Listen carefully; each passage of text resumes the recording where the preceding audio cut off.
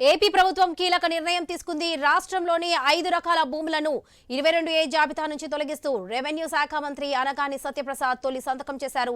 మిగిలిన 4 రకాల భూములపై త్వరలో జీవోంలో చర్చించి నిర్ణయం తీసుకోనున్నట్లుగా తెలిపారు. ప్రైవేట్ భూములను 22A జాబితా నుంచి పూర్తిగా తొలగించినట్లుగా తెలిపారు. ప్రైవేట్ పట్టా భూములకు ఎవరు దరఖాస్తు చేసుకున్నా అధికారులు దానిని సుమాటోగా తీసుకోవాలని స్పష్టం చేశారు. ప్రస్తుత మాజీ సైనిక ఉద్యోగుల భూములకు సంబంధించిన పత్రాలు ఉంటే జాబితా నుంచి తొలగించాలని ఆదేశించారు. స్వాతంత్ర సమరయోధుల భూములను కూడా 22A నుంచి తొలగించాలని అధికారులకు ఆదేశాలు ఇచ్చారు.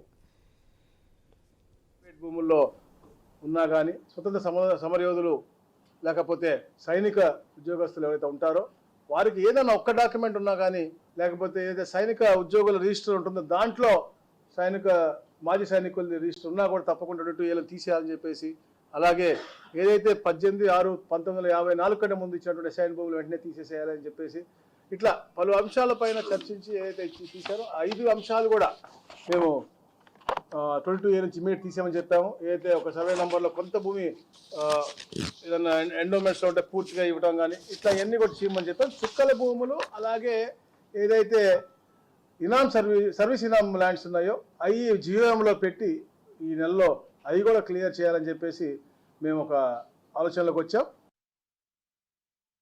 సంక్రాంతికి తిరుపతిలో శెట్టిపల్లి అని ఒక ప్రాంతంలో ఒక మంచి కార్యక్రమం జరగబోతాం.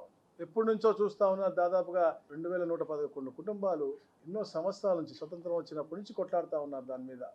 అలాంటి అన్సెటిల్డ్ ఇనామ్ విలేజ్ని ఆ ఎస్టేట్ విలేజ్ని సెటిల్ చేసి వాళ్ళతో 10 మార్లు అందరు కూడా అధికారులు మేము సైతం అందరం కూడా కూర్చుని సాల్వ్ చేసి ఒక మంచి ల్యాండ్ పూలింగ్ సిస్టమ్ తీసుకొచ్చాం. గౌరవ ముఖ్యమంత్రి గారి దృష్టికి తీసుకెళ్ళినప్పుడు అద్భుతమైనటువంటి కార్యాచరణ తప్పకుండా చేయండి, రాష్ట్రంలో కూడా ఎక్కడైనా లాంటి సమస్యలు ఉంటే వెంటనే పరిష్కరించాలని చెప్పి. అలాగా ఎవరికైతే రెసిడెన్షియల్ ప్లాట్లో వాళ్ళు ఉన్నారో వాళ్ళకి 50-50%గా, అలాగే 70-30 ఫర్ అగ్రికల్చర్ ల్యాండ్ కింద పెట్టి తద్వారా వచ్చే ల్యాండ్లో 65 ఎకరాలు తుడాకిచ్చి దాని ద్వారా ఆ ప్రాంతం అంతా అభివృద్ధి చేసే విధంగా 90 ఎకరాలు గవర్నమెంట్కి వచ్చే విధంగా, అంటే విన్ సిచ్యువేషన్లో ఒక అద్భుతమైనటువంటి కార్యాచరణ. అంటే పేదవాడు ఎప్పుడు ఇబ్బంది పడకూడదు, వాడు నివసిస్తున్న భూమి వారికి హక్కు కల్పించే విధంగా ఈ యొక్క కార్యక్రమం చేయడం జరిగింది.